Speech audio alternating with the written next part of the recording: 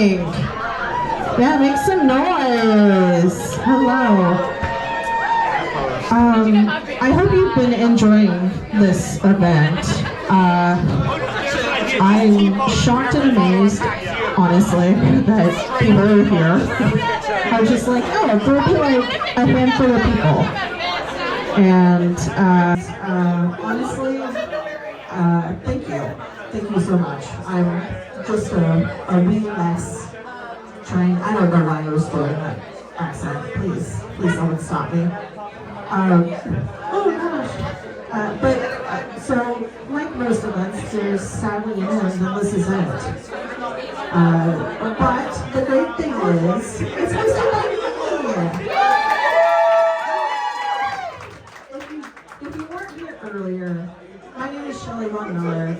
I'm a drag and burlesque weirdo. I am a Crit Award nominated actual play performer. Who did that? Who nominated me?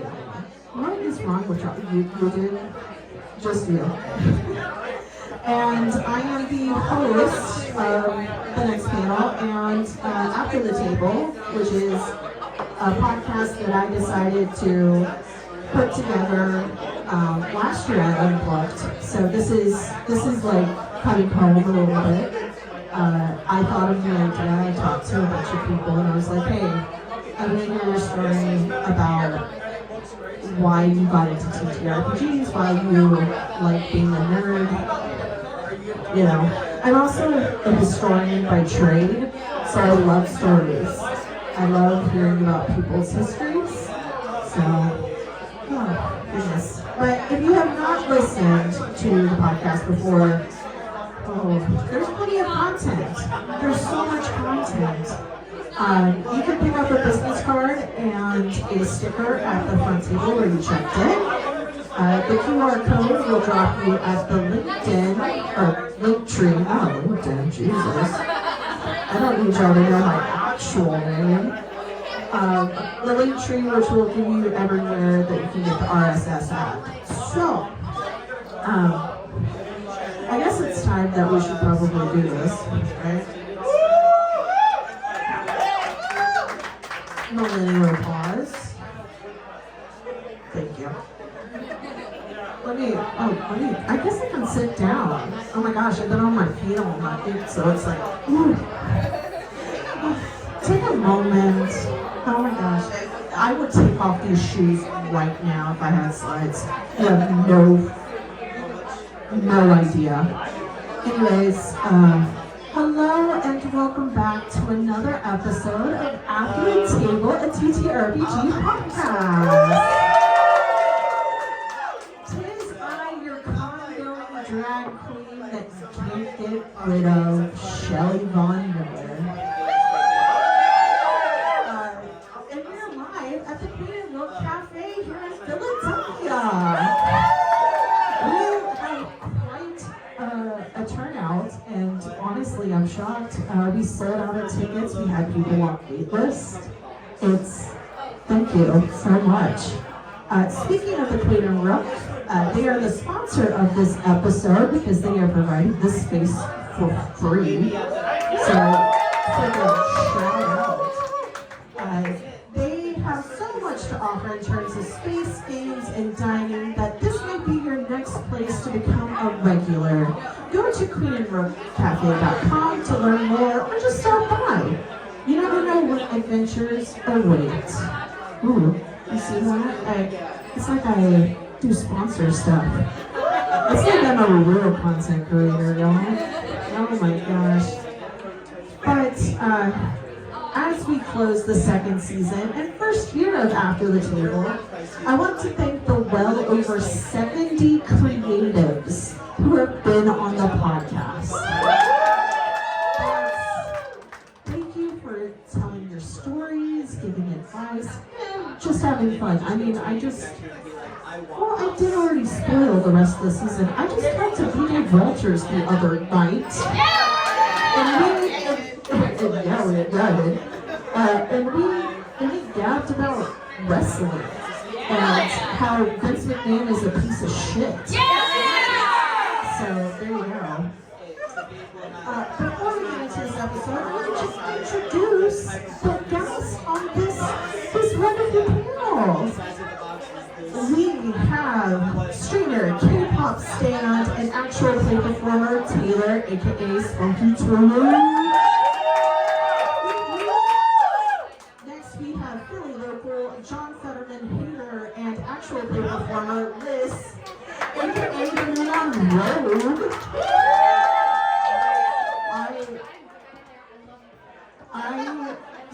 You have no idea. I scour people's social medias to do these intros. The amount of John Fetterman hate from this is amazing. And finally, we have returning guests from season 1. They were actually part of the pilot program for this thing. They are the producer and GM at Other Cider Studios and an actual play performer themselves. Welcome, Ambrose, aka SS Ambrose. Yes, oh my gosh. Besides my introductions, and sometimes people say it's enough, and honestly, that's okay. I want y'all to go around and spill the deeds. Who are you? Pronouns, where people can find you, and what people might know you from. Hi everybody, how you doing? It's Ambrose. I go by any all pronouns. You can find me everywhere. SSS Ambrose, or you can follow my channel, The Cider Studios. We have award-nominated The Melancholy Goat and award-winning RP 4 series, which has a pencil currently in my house, and I can see one of my cast members in the audience right now. So it's the time. That's me. Hi, I know it's on Shelly's introduction. I'm Liz. I'm a local Philadelphia RPG creator and John Fetterman hater. If you have not, I'm dead. I'm just glad to have you all in my city weekend. It's super good. Have a great time. I'm here to tell stories. Hey everyone, it's Taylor. She's a pronoun. I've been a content creator for 11 years. K-pop lover, K-tail, all. I like little stray kids, if you want to know that. I'm a TRG performer. I'm a regular cast member for Hex Nice, All Black People.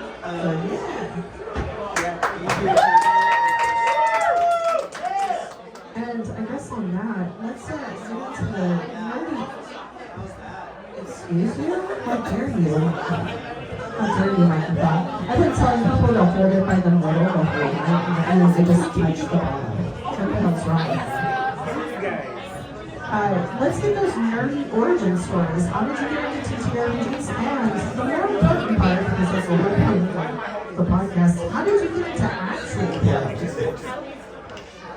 Let's start reverse order now. Started out of sleep. It was in high school, they had a club, and the weekend was allowed. So I was like, oh, okay, word. So I studied a lot to do Dungeons and Dragons stuff, with TRGs and all that stuff. I was like, I will get into this. It's like everyone can play. So now I'm also here, just been collaborating with those. I didn't know, I saw casting calls on social media, and then it was like, oh, I could just do this. I could audition to be at a table. So I started doing that and just met so many wonderful people and counselors. I started on the site. I was talking to someone about this the other day. I was in like line-based text role-playing groups in the age myself, like the 2000s. Yeah, it was like a Sailor Moon chat room that was a list of text-based chat rooms. Actual plays came when just like a lot of people like the pandemic and were needing to perform and tell stories and to meet people who wanted to do the same thing and record it. So that's kind of where I'm at, what I want to do. I too started about 7 or 8 years ago. I did not do, no, I think about it.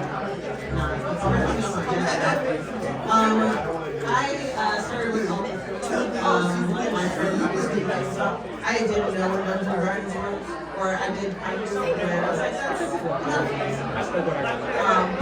I am a hard person.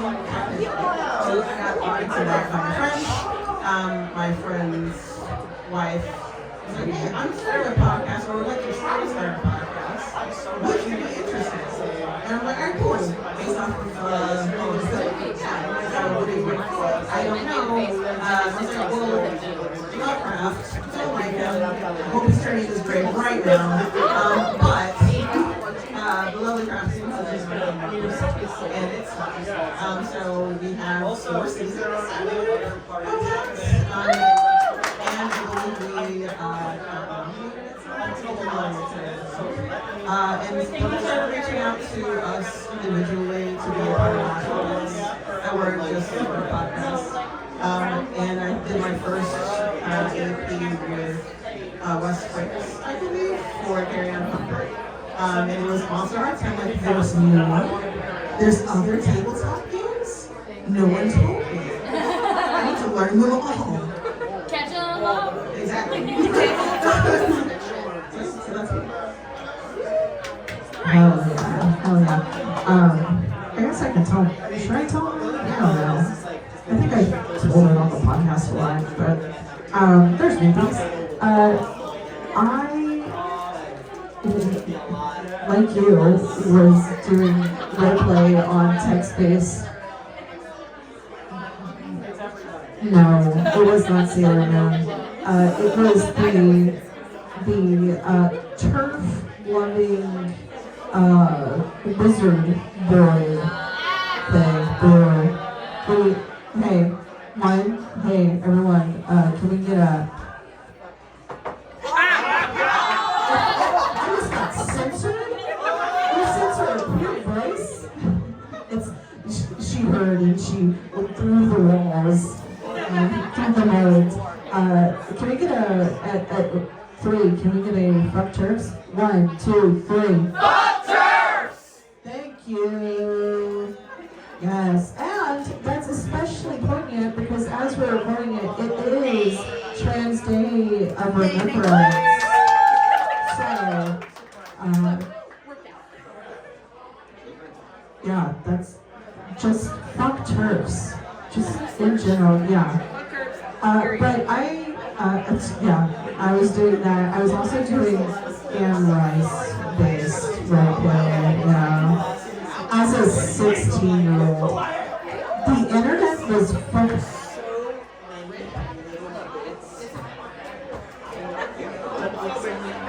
This is homophobia.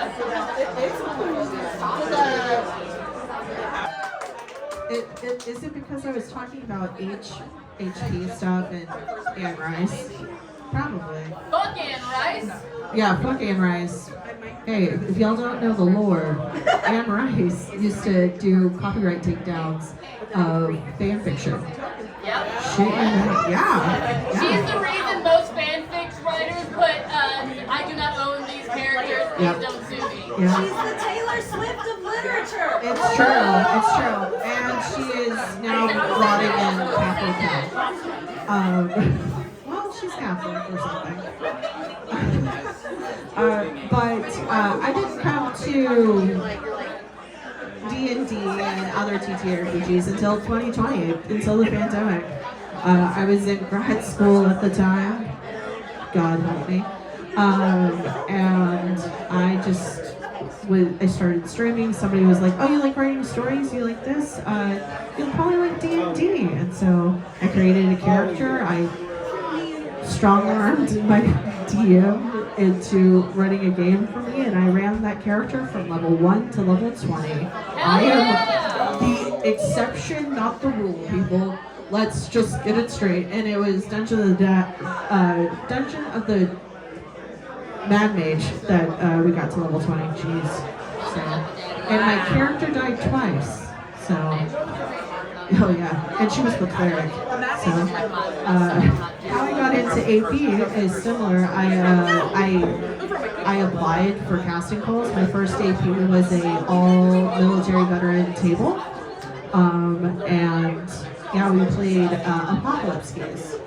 So it was a good time.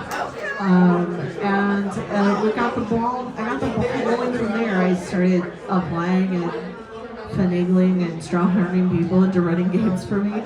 The long-term vampire game I'm in, I was like, I really want to play vampire. One of the people at my table was like, oh, I run vampire. I'm like, sweet, you want to run a game? You want to make it an AP? You wanna do all this? And so yeah. So I play Ashley Day in the Venture version of Chicago, and that's who I got nominated for. Of all things, the worst person in the world. I don't know. And I started this podcast at the beginning of this year, and here we go. That's it. That's the origin story. But I will say I've been making content. I just want to know, how did y'all get into the content creation part of it? Have y'all been making content beforehand? Have you just kind of just folded it in, or was this like the jumpstart of your content creation career for some people? I can take it. Starting with the Lovely Craftians, it became I didn't listen to myself, is the best way to put it. I just recorded, it was fun, and then it became about like, hey, the quality of the audio, background sounds, so like add ambiance to make it feel inclusive in regards to like where you are, setting the scenes. A sense of professionalism as well, so that like, hey, giving space to my other players and time and so on and so forth. But I was a player then, and then took a stab at running, ran for another channel. I did not like how they ran it. I'm not going to name drop, but some people here know who I'm talking about.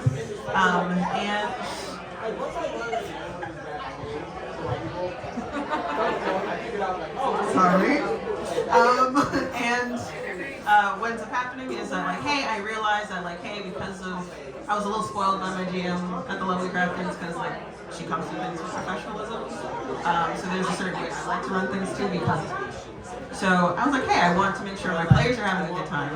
I'm having a good time, and the quality is great, and potentially whoever listens to this, if they ever like my stuff, that they have a good time. That's the best part of it. So like making content, not just for my enjoyment, but for the enjoyment of others. And fortunately and unfortunately, I am tailoring content towards hard, and that can be hard to break into, and or hard for people to actually like in the first place.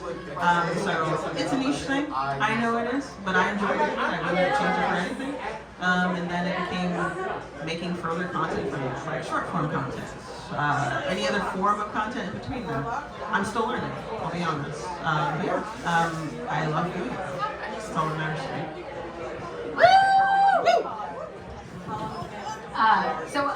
It's weird. I started off as like static content, I think, in this space specifically. I started off, I'm a makeup artist, kind of by trade, and a scriptwriter by like design, and my break-in, I guess, was kind of knowing dice makers and kind of getting into the makeup side of like lip art and coinciding with that, and then from that, meeting a bunch of really cool people and like understanding that the people in these spaces have so many different facets, and like dice makers, for example, are not just like making these things. They're also like multi-dimensional people who do all these other things, and I started getting really into knowing other people through that and understanding the kind of community of storytelling, and from that like really wanting to kind of know these people, and whether that's for broadcast or like personal these days, it's kind of I don't know, art has always been the way into it, whether I'm doing it myself or just kind of supporting other people who do it. I was supposed to be a book review channel named Bookworm, getting ready a book, and so that did not happen. My fall my dreams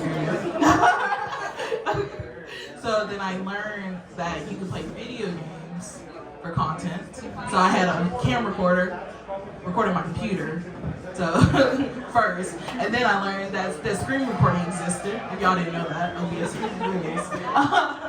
So then I started doing that. I started streaming, doing all this kind of gaming content, and then I started doing vlogging and challenges. I just followed what YouTube wanted me to do, but also was having fun with my friends and stuff. And I think that led me to the pandemic. And I was like, I don't want to make long form content. And then TikTok existed, so I made short form content. I got the cosplay, be a nerd, be myself. And that's what led into Dungeons & Dragons. So that's my 11-year-old long journey. As someone else who has been making content for a while, since 2008, there you go. You all can do the math from there. I have also done the evolving thing of, you know, pick one thing, do another thing, vlogging to beauty videos. Yeah, they don't exist anymore. You can't find them. And then to finally gaming. And honestly, I love it. Getting back into gaming has been, it's been great. It's been a stress reliever sometimes. It's been a community builder, and then especially TTRPGs. It's been a great way to flex my little story building, my world building. So I know before we talked about including burnout in this conversation. And as somebody who, even though is hosting an event right now, is severely burnt out from the amount of stuff that I've done since the beginning of COVID, how has it affected y'all's content, y'all's way of storytelling, and how have you either mitigated it, moved past it, or squashed it permanently? We'll start in the middle. I've accepted burnout as no, I don't know. I don't think I have accepted burnout. It's definitely happened. I think what I've done to try and remedy it has worked in some situations, hasn't in others.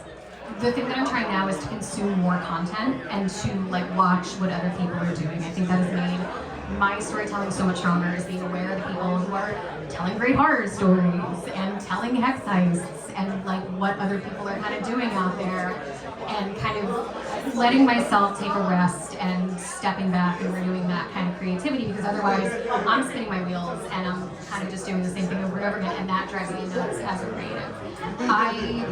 I'm in this space to create, but also to kind of consume and to know what other people are kind of at, and that helps me also kind of replenish, not in a way that oh, I would do that differently, but things that kind of motivate other ideas or things that I want to get involved in. So that's been really helpful in quelling the burnout that I know is going to happen again and again.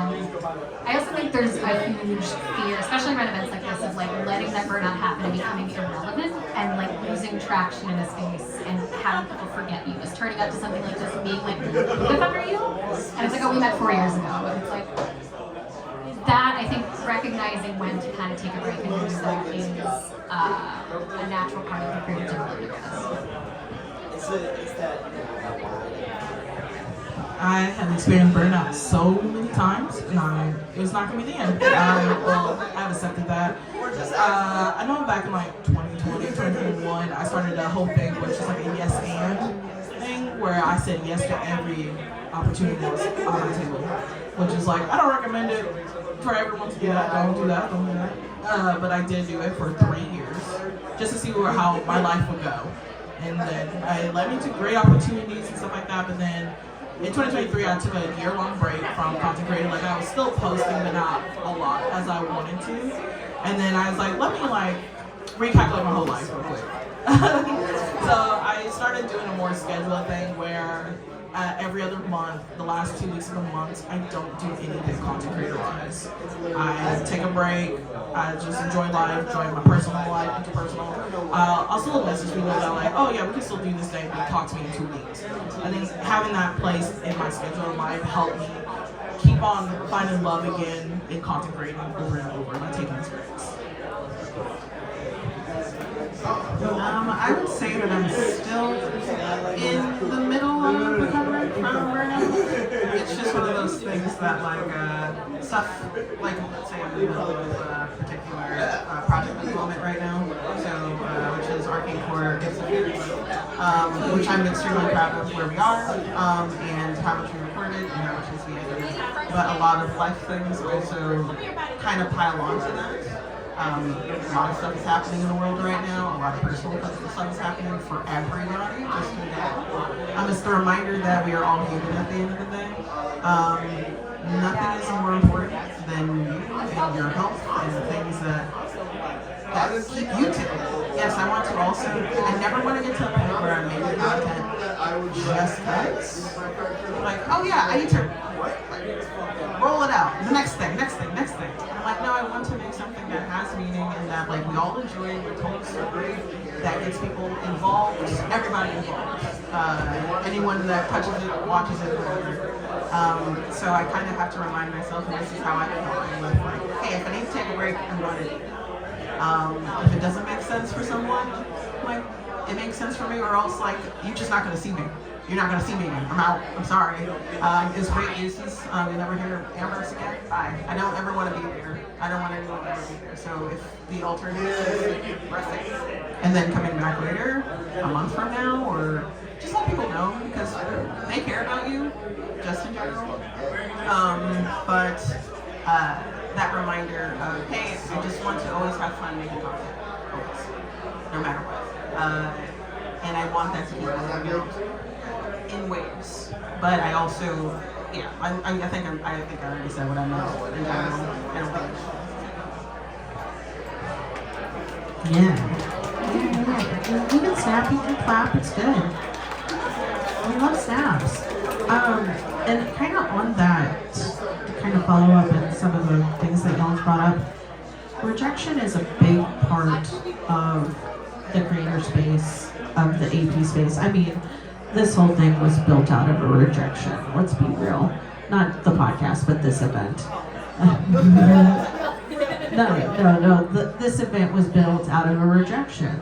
My panel got rejected from PAX Unplugged. I said, I still want to do it. I want to do it in front of people like I said I was going to do. I made it happen. Now, sometimes rejection can be a good thing. It can be a spiteful motivator. But what are some moments or rejections that you've had? You don't have to go into specifics, but moments of rejection that you've either turned into something good or you said, okay, well, then I'm just going to figure something else out.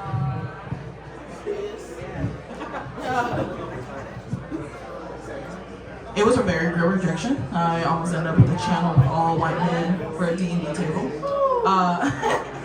They didn't know D&D, and I was trying to get into this space, and I was like, they put me through so many hurdles of auditioning and stuff, and I made it to the final round, and I did everything they needed. I created a character, they loved my storyline, everybody else on the table, and then the GM was like, I don't think you'd be a good fit. And I was like, oh, why? Because you're a black woman. And I was like, well, you are all white men. I guess I understand. And I dipped, got rejected there. And then I was like, I was out for that for a very long time. Being like, damn, getting rejected by gender, skin color, getting that in an email is kind of crazy. But I turned that around to be like, I am worthy at other tables. I want to be at more diverse tables. I just kept on auditioning and everything. And I've been at so many projects and stuff in my entire time. So it's been great. I had to think a little bit, and I was like, because what my brain does is when I get rejected, I have a moment, I get really sad, and then I omit it and push it down to the back of my brain, and then I forget about it 100%. So then I had to really think about it. So I would say anything having to do with the award circuit in any capacity. I feel a lot of people feel rejection from that when they don't get seen or they put a whole bunch of energy into something. And they're like, I worked so hard all year on this product. I didn't sleep sometimes. I edited or whatever you might want to do. But so many other people have done the same exact thing. And realizing that and understanding that is like, hey, they got seen, it sucks, but they also did really really well, you also did very well. And maybe you didn't get noticed then, but someone definitely did notice your stuff. I promise you that. Doesn't matter about like the views. I haven't had a moment where I'm like, oh, I didn't have enough views according to metrics. Someone identified me by something that I made. Having a taste of acceptance. A good example was like Crit Awards, because I'm a award winner for Call of Cthulhu for a player. And at the time, I hadn't recorded with the Level Crafties for a while. It was several years. I was like, oh, snap. Hi, yeah, and then I won, and I was like, okay, cool. But that was like when I was becoming a better player and being considered, and I was like, okay, well, I'm definitely better now. I'm also a really good GM, and then I put a lot of work into the last 3 years, and then it just not getting close. But again, so many amazing stuff out there.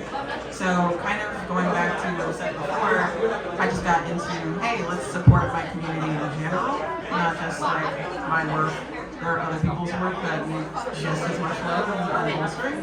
And being okay with that rejection and not like housing it, like letting it sit in your stomach, or turning into an ugly thing. Like, don't let it happen. It's not cool for you or anybody else. Yeah, rejection's gonna happen. It's gonna hurt. If you have a sensitivity to it, I know it's definitely gonna hurt. But y'all love the work. I don't know that I could add a whole lot. So, no, you talk about like personal rejection, but honestly, it means that you want it, you care that this is important. But then you talk about rejection of are people viewing your content? Why am I doing this? But it's like you create it because you want to. And I feel like there's a lot of people who like me that if you didn't create, probably will internally to a certain point. So there's always a purpose in putting that thing that you want out there, whether or not you're going to get metrics on it, or you can have the statistics return on a brand or whatever. If you need to get that out, get it out. The rejection will be, it'll come and go. Yes, amazing. I guess the reverse of that is, what have been some of your favorite moments at the table? What have been some of your big wins?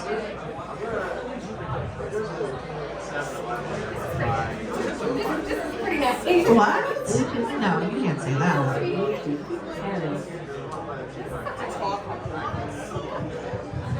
Like successes at the table.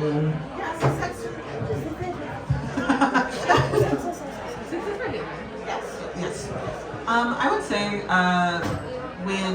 with the nominations at the Melancholy we got, just in general, and having very unique individual horror scenes, because it's meant to be an anthology series, and realizing that it felt very much, it was very light rules light, so it was heavy role playing, and having, like, particularly one of the chapters is called Artist's Block, where the muse is the monster, but they don't, I spoiled it, I'm sorry, but the muse who went missing, these two people go on a retreat to rekindle their connection to content creation, their art, but their muse is gone. They went missing, this police report, but their muse has been with them the entire time, just taunting them and reminding them what they don't have, and reminding that their success is only because of them, over and over again. It's like an allegory of a toxic relationship, an allegory of a toxic relationship with someone, but technically content creation too. And that was by accident. Me and two other people did that together. And it was, when it ended, we were like, whoa, we just did that. And that was a major win. It's one of my favorite table moments for a whole scene, even though I was nervous as heck. So yeah, that was a win for me. And where do I find that?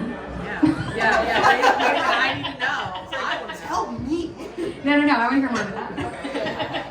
Honestly, anytime channel thinks of me for like a limited small thing, like anytime somebody has like an already stacked cast, the tables that I've been able to play at for like limited appearances. Like that's what I'm into these days. I've had some really fortunate experiences of playing at tables of people that I never thought that I would, just telling killer stories.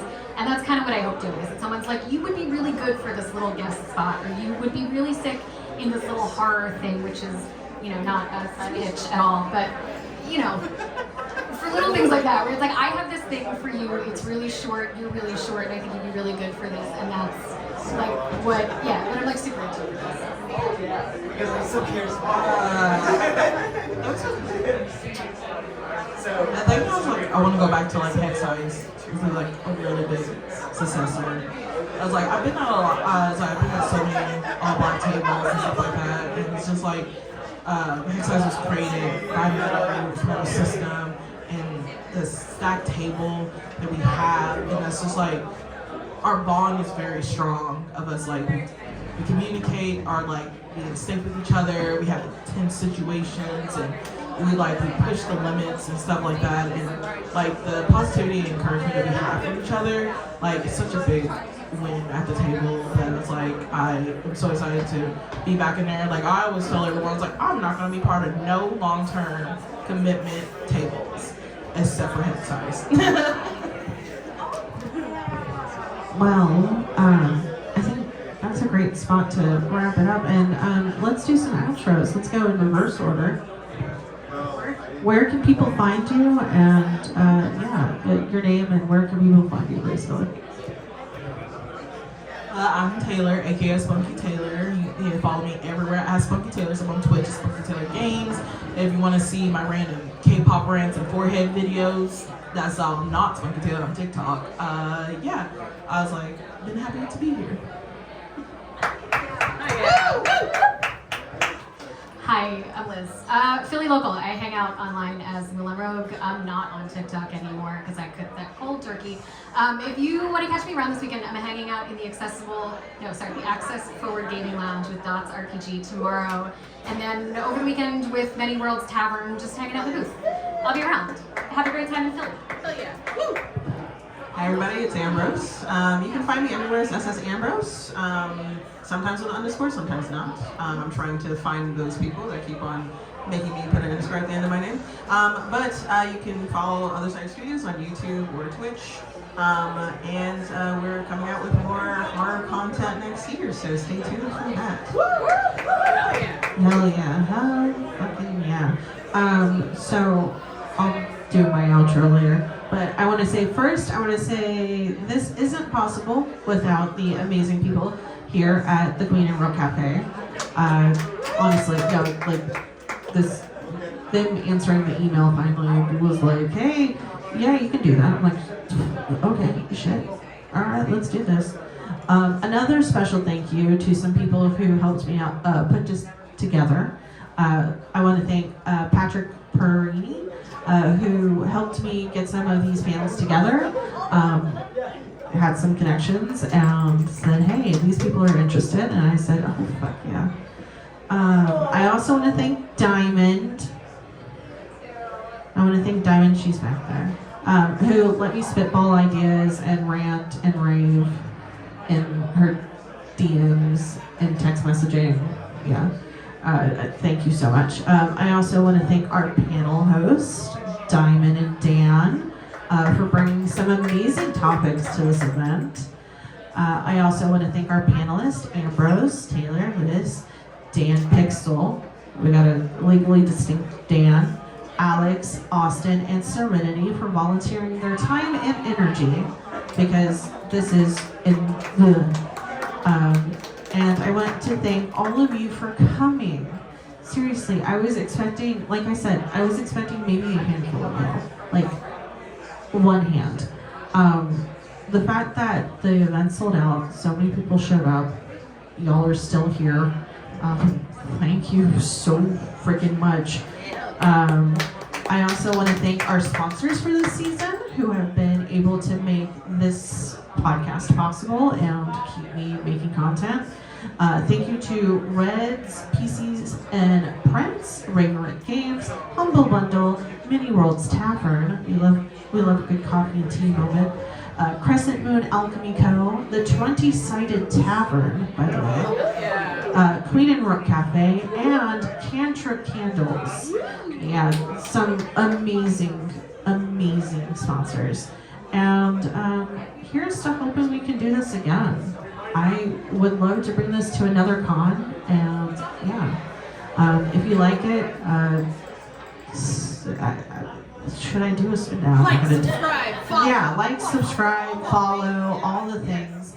I'll do my outro. You can find, speaking of finding people on the internet, you can find me everywhere on the internet at Shelly Von Miller, because branding is important and I have a long ass drag name. You can find After the Table everywhere you get your podcast, included visually on Spotify and YouTube. If you want to support monetarily, we do have Patreon and Fourth Wall memberships. Though Fourth Wall, I should announce this. Hey, this is me announcing it. Fourth Wall memberships are going away because I don't feel like doing 2 sites to update the same thing. Sorry, Fourth Wall. I love you for merch, but speaking of which, you can get merch at my Fourth Wall site. There you go. That's included in the QR code. What else? Yeah. Thank you so much, and I will see you on the internet.